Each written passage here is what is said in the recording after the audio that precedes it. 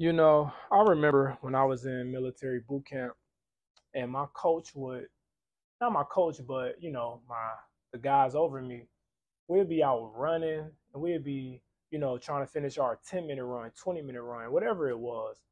And I remember towards the end, they used to always just yell out, finish, finish, you know. And I'm like, well, I'm still moving.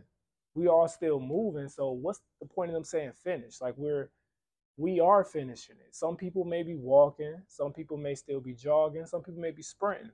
Either way, we all are finishing it. So I used to be confused, like, why is, our RDC is what they call him. Why is he yelling out finish? Right? And it took years, like around this age, I'm about to be 27. It took some time for me to really start understanding what finishing is, what completion really is, right? A lot of us, we think we go through life, and I remember being in high school, I remember always, I would do something, but I would kind of like not finish it all the way, but long as ain't nobody seeing it, I was good. Long as you think I finished, right? Long as people think you finished, a lot of times we be just good with that. Even in military boot camp, I could use that reference again. I remember our RDC would make us do push-ups, right? He'd be like, everybody on their face, right? It's like 100 of us in the division. And we'd be on our face doing push-ups, whatever. He counting, like we about to do, 20, or we about to do whatever, right? And he'd make us do it. And I remember he'd walk past, right? One man only can see so many people at once. So he'd walk past, and the moment he turned his head, I would get on my knee. I would get on my knees and stop doing push-ups while he ain't looking. You feel me? So everybody else he see doing push-ups, and by the time he turn around again, I'm back doing push-ups, right? And I started learning. It's like I hear also you hear the saying a lot of two people say like, you only cheating yourself, right? And I remember hearing that and just, whatever, brushing off my shoulder. Oh, whatever. I ain't cheating myself. I'm doing all I can do, right?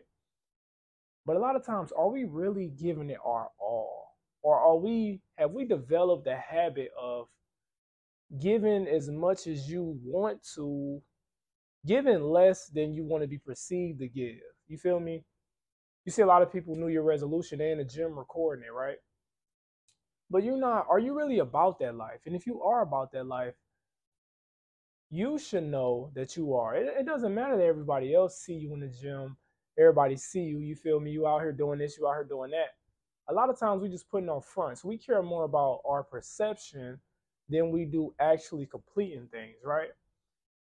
So a lot here. I'm covering a lot here, but this video is about the art of completion. And the reason some people be successful and some people don't is because a lot of people, not even a lot of people, most people, I too have been that guy. We don't complete nothing.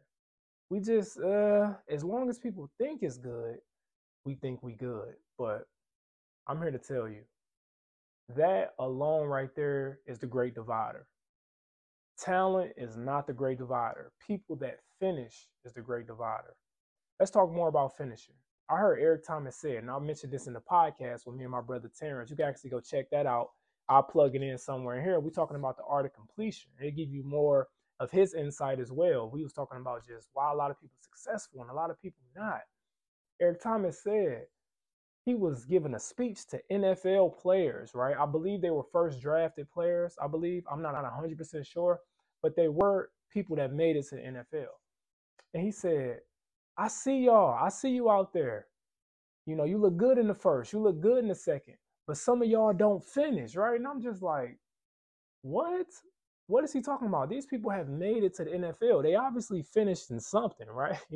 They obviously doing something right. They went through high school, they went through college, not in the NFL. Eric Thomas was really pointing out the fact that what most of us humans do, we rely on talent and not just actually finishing, right? You got the Kobe's of the world, you got the Michael Jordans of the world, and we wonder why we admire them so much. It's not just about killer instinct. It's not just about talent being a dog, right? It's about at the end, who are you? When the last 2 minutes is in the when a person boxing, Eric Thomas said that in that speech. The real beats come out when you box in the last 2 minutes, not the first 2, 3 rounds when you fresh and you moving around, Muhammad Ali, you happy. It's not that. It's about the people who that last round. Who are you? So I'm learning that, and that is the reason a lot of people that are talented, you see them fail and you don't get it. It's like, how this man got all of this talent and he failed, right? I'm gonna be talking about a lot of basketball, Eric Thomas, all that, right? Remember Kobe? I remember he said to Dwight Howard that he's soft. I could say this early on in my career. You feel me? He might not hear this, but Kobe told Dwight Howard he was soft, right?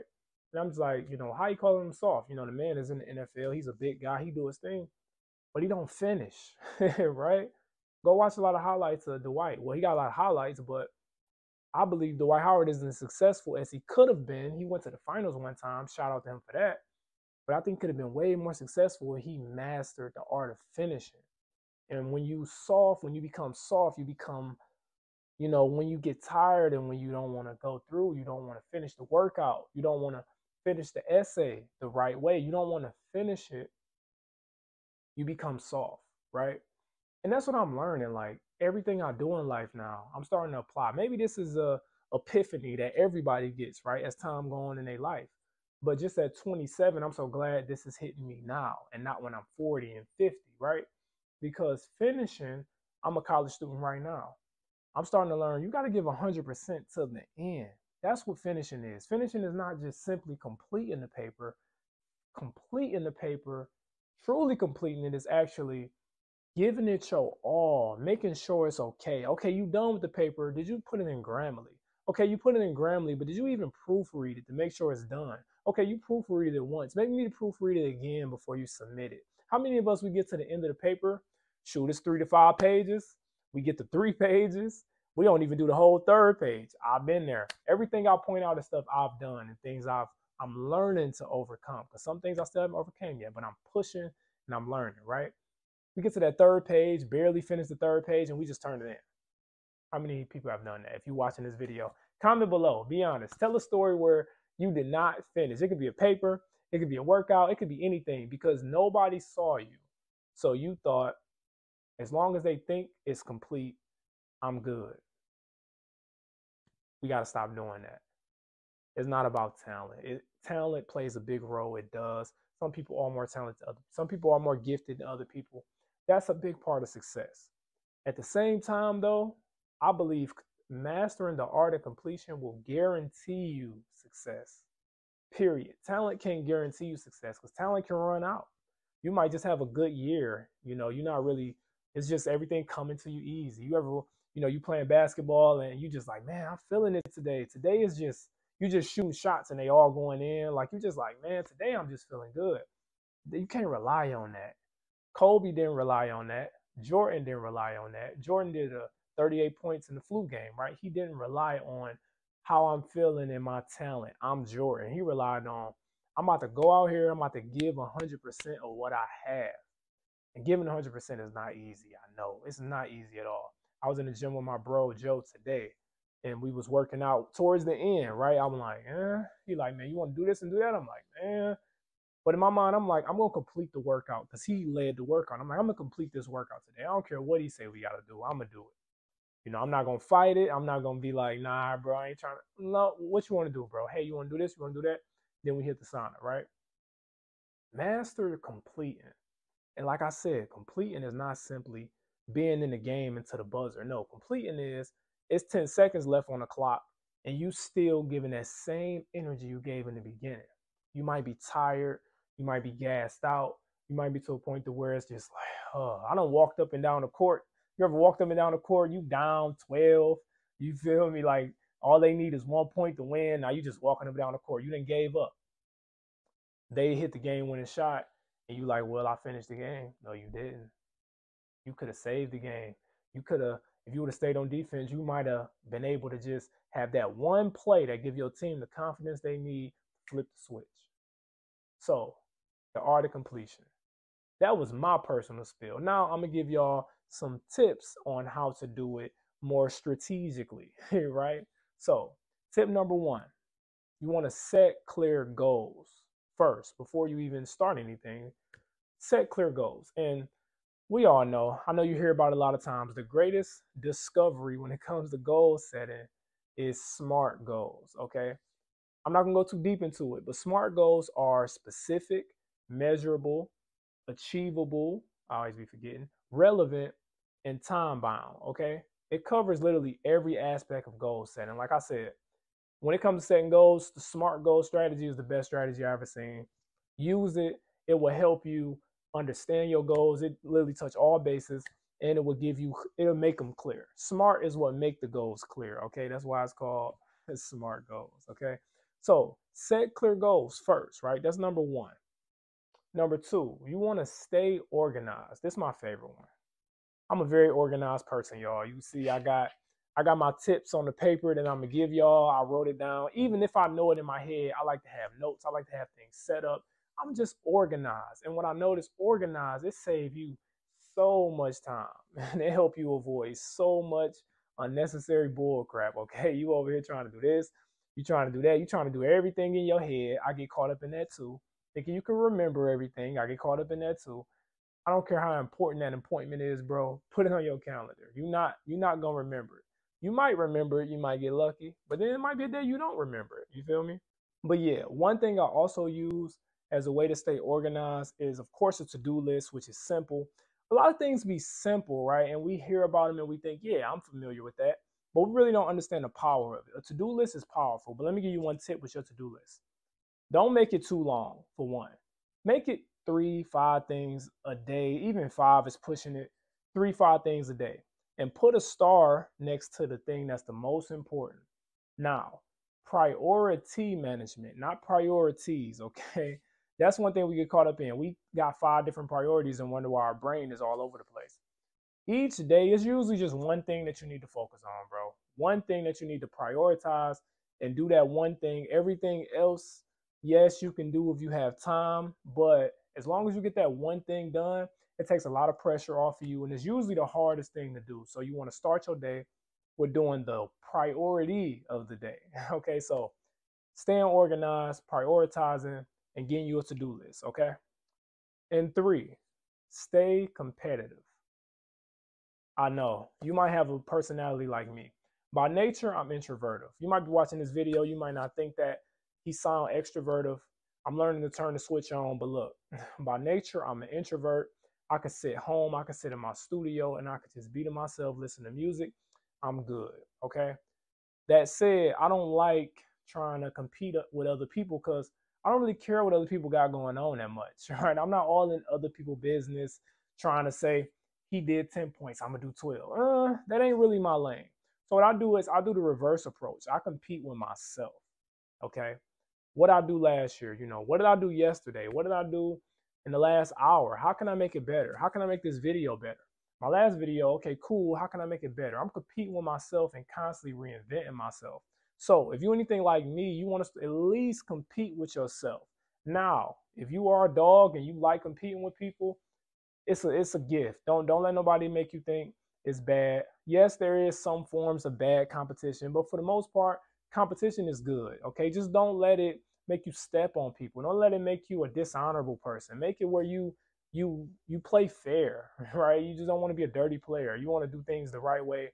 Be competitive, and it keeps that spark going. Other people will push you. That's what they mean, really. When a person pushing you, you can have a coach, yes, but you also can have outside forces. If you're in a business, for example, and they rewarding people for top salesmen and all that stuff, that's a way to compete. You feel me? That's a way to say, I want to be on that stage. I want to be rewarded, right? And you want to learn how to do that. And at the same time, yeah, just don't let it hinder your happiness. Don't, because you didn't become number one, mean you ain't nothing. You feel me? Like they say, the medalists, the gold medalist, right? Then you got the silver and you got the bronze. They say the silver medalist is usually less happy than the bronze medalist, right? Why? Because they fell one step short. But you still a silver medalist, bro. Like you really, why are you mad? You still a silver medalist, but it makes sense. When you're a bronze medalist, it's more like, I'm just glad to be in the conversation, right? And of course, if you gold, you like, I'm number one. So keep that stuff in mind. Stay competitive, but if you be a silver medalist, wear that with honor. Now, if you made it to this point in the video, that was my 3 tips. I'm gonna give you a bonus one. You feel me? And this one is perhaps the most important one. Stay committed. I did a video talking about commitment, talking about covenant, right? I believe covenant is a sacred commitment, right? But commitment is simply just remembering your dream. Why did you start this, right? You got your goals. Where are those goals leading you to? What is your North Star? You got to remember that. And when you keep that in mind, it helps you finish. Now, when I'm in school or when I'm doing business ventures and I'm thinking about giving up or thinking about half doing it, I remember, well, I want to graduate early. I don't want to be in school an extra year because I played around in class. So now when I'm doing a paper, let me make sure this paper is right. And for one, I don't want to have to do this paper again. You feel me? So let me make sure this paper is right. I'm doing a business thing. I'm making a call. I'm working with a client. We like halfway through. I'm not going to just be like, I'm done working with this client. I've done that before. Let me complete this. I've already put this much time and invested this much energy into it. Let me complete this task. Let me stay committed to the end goal, being a top salesman, being whatever I want to be. You're probably like, dang, bro, you in school and you do business.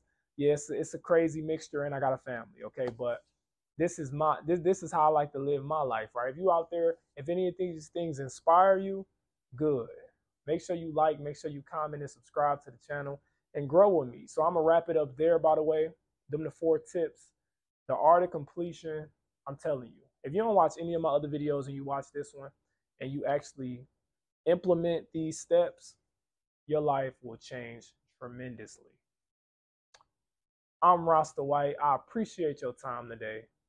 Again, hit that subscribe button. Follow me on this journey so we can unleash your inner hero. Peace out.